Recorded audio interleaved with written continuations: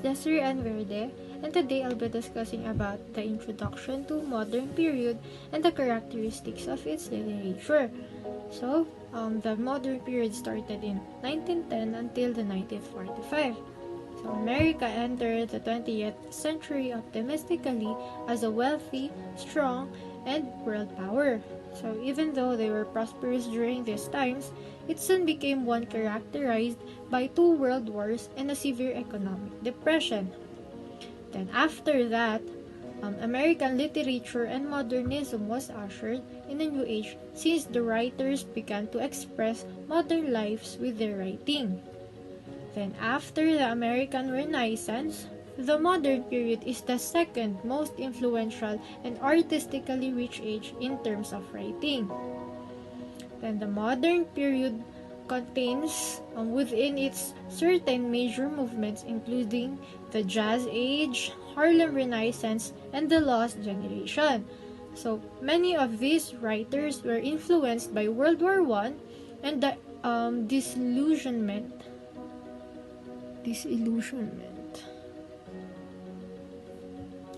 So many of these writers were influenced by the World War I and the disillusionment that followed, especially the expatriates of the Lost Generation. So now here are the characteristics of literature in the modern period. So number 1, poetry was ranged between traditional types of verse and experimental writing that developed radically from the established forms of the 19th century. So this era was also served as the breakaway from traditional styles of poetry and other types of writing. Second is that the authors began to experiment with different styles of writing and earned American international acclaim. Another one is that even though their works are different, the modern authors shared a common goal. They shared a common purpose, and this is to capture the essence of modern life. So this purpose is why most modernist literature was written in a pessimistic way. Fourth is that the modern works reflected the thoughts and confusion of most Americans, especially during the Great Depression and the two World Wars. Next is that the literature of the era was often times fragmented to cause confusion and intentionally break the flow of the words in literature. Last is when they were trying to understand what was going on around them, the instability of American people's mindset was revealed. So this was also caused by their chaotic literature. So there was a loss of faith and hope in the American people during this period and a collapse of morality and values. So furthermore, this loss of values led to confused sense of identity and place in the world. So, to sum it up, the literature of the era was oftentimes fragmented to cause confusion, intentionally break the flow of the words in literature, so the two themes of this era will So these themes and this literary movement as a whole reflected the new mindset of the American people after the turn of the century. So that's it for the introduction to modern period and the characteristics of the literature.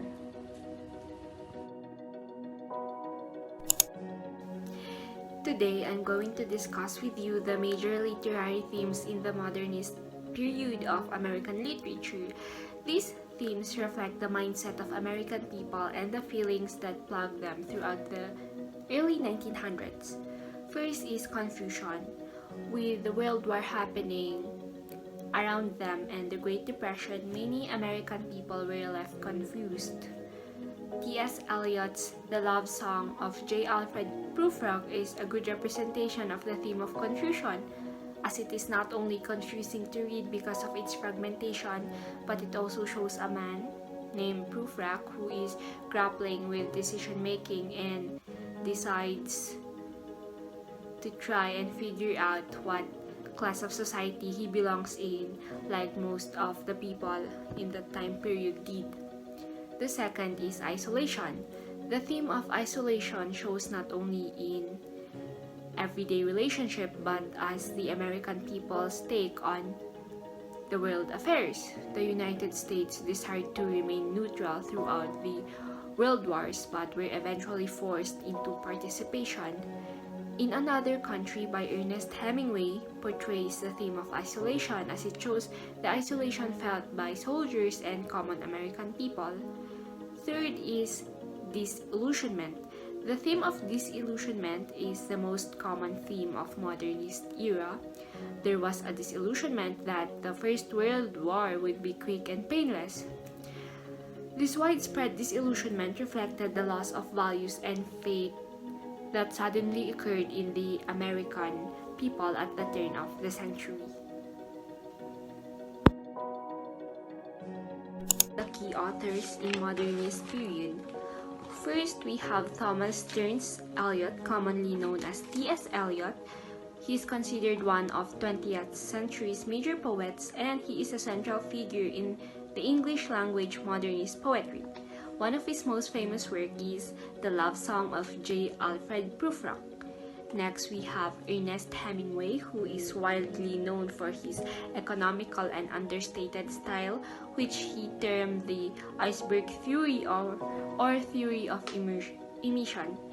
This theory of emission is a writing technique that focuses on the surface elements without explicitly discussing the underlying themes. Third, we have Robert Frost, who is one of America's rare public literary figures and is known for his works A Road Not Taken and Birches.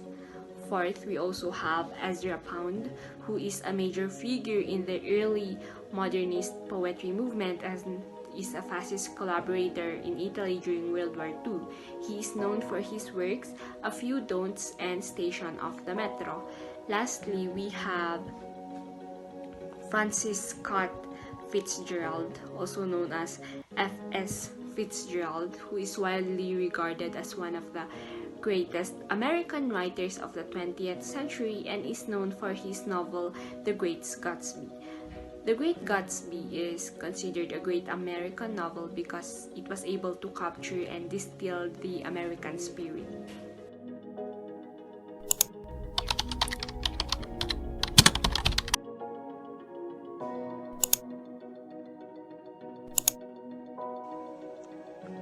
Postmodernism period, 1945 to present.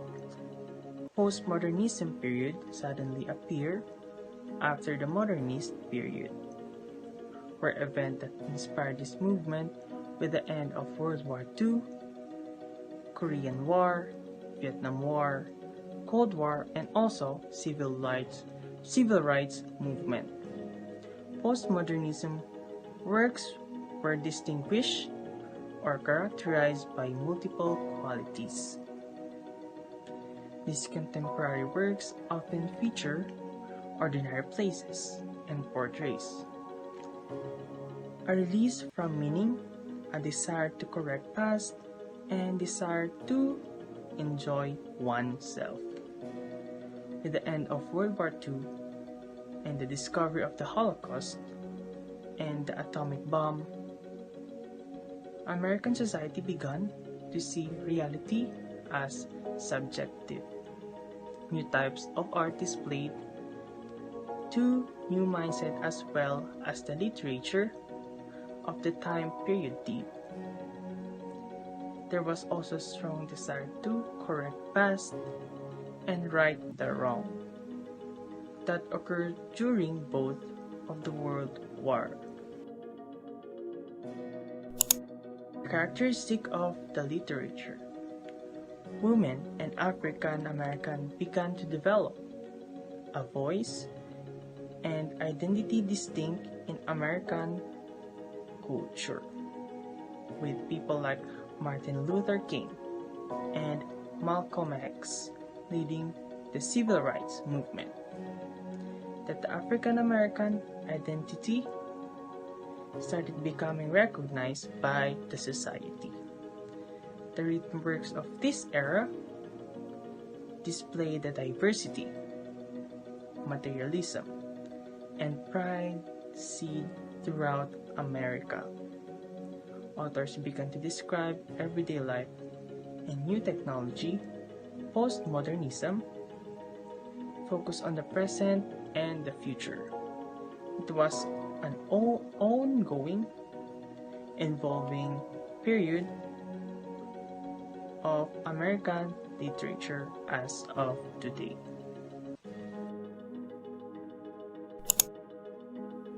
Good day everyone, let's move on to postmodern period major literary themes and its key authors. So in major literary themes, we have the identity, racism, and its search for goodness in humanity. So in identity, is a theme commonly found in many African American works as they began to write about their culture and their heritage. The theme of identity can also be seen in the women's civil rights movements of the time where women fought for their place in society. Next is we have racism. From the civil rights movement also came the theme of racism that is shows in the killing of a mockingbird. And because not everyone supported this, racism also became important themes of this contemporary era. And so these events influenced the writings era that displays the diversity, materialism, and pride seen throughout the America. Next is we have the search for goodness in humanity. So the title of postmodernism fits well in this era because it depicts how people reacted to the events of modern era. So in here, two major world wars and the Great Depression left many Americans looking for hope in society. The Holocaust and the atomic bombs left Americans searching for hope in humanity in a way that showed that there was still some goodness left in it. So that would be all for the major literary themes in postmodern period. So let's move on to its key authors. Number one is we have Martin Luther King Jr., the author of Letter from Birmingham City Jail. Next is we have Harper Lee, the author of To Kill a Mockingbird. Next is John Hershey, the author of Hiroshima, The Wall, A Single People, The War Lover, Fling, and Other Stories. And we have James Baldwin, the author of Rockpile and Go Tell It to the Mountain.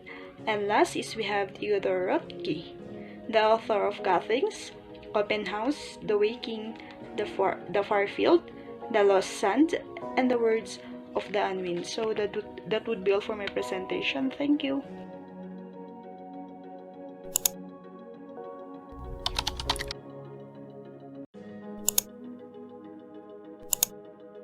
In the introduction, we meet the protagonist, Winston Smith, who is writing a diary, a forbidden act, in the dystopian world of 1984. Winston lives in a London controlled by Big Brother, whose face is everywhere. It's a bleak, run-down place, rife with food shortages, violence, and danger at every turn. Winston works at the Ministry of Truth, where he edits the past in order to fit the party's vision of the present. During the rising action, Winston observes a dark-haired girl watching him a number of times, and it turns out her name is Julia.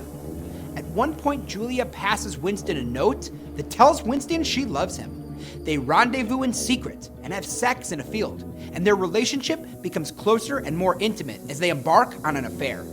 They make love often in a room above Mr. Charrington's shop. Mr. Charrington is a working-class person or prole who Winston likes and trusts. O'Brien, a party higher-up whose intelligence and cunning Winston finds admirable, invites Winston to his flat to loan him a book. At O'Brien's flat, Winston and Julia confess they want to join the Brotherhood, a rumored revolutionary group that stands against the party. O'Brien asks them a series of test questions to see if they're ready, and he determines that they are. But then, Mr. Charrington arrests Winston and Julia at their room. He and O'Brien have both been secret members of the Thought Police. During the terrifying climax of 1984, O'Brien tortures Winston in the Ministry of Love, threatening Winston with rats, his greatest fear. O'Brien gets Winston to turn on Julia, destroying his love for her and breaking his spirit. During the falling action, Winston and Julia meet in London without any feelings for each other. Winston sits at his favorite cafe, writing the equation 2 + 2 = 5, symbolizing his acceptance of the party's lies. During 1984's tragic resolution, we learn that Winston has been promoted at the Ministry of Truth. However, he doesn't care about truth itself. He finally loves Big Brother.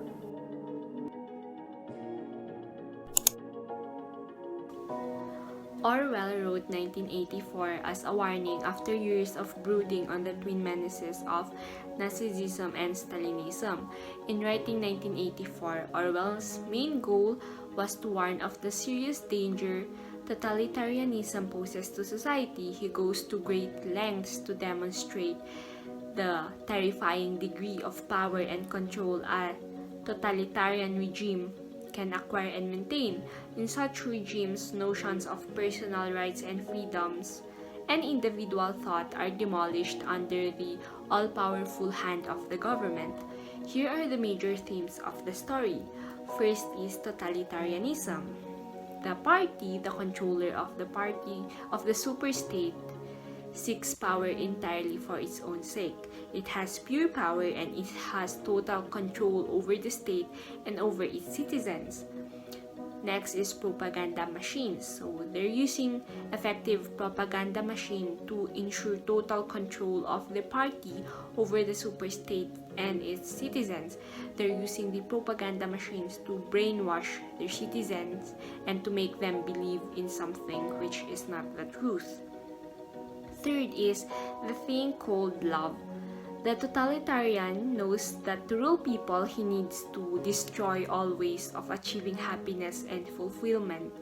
Therefore, love and sex are killed and depersonalized because it may take the loyalty from the government. Fourth is liberty and censorship. The Ministry of Truth works tirelessly to modify public archives and rewrite history. As a result, the past was erased, the erasure was forgotten, and the lie became the truth. Fifth is language. The residents of the superstates are forced to communicate in newspeak. It is a government's invented language. It plays a pertinent role in the party's control over the masses. Lastly is technology. All-seeing telescreens and a watchful eye, the party needs and develops top-notch technology to exercise ruthless control over their residents.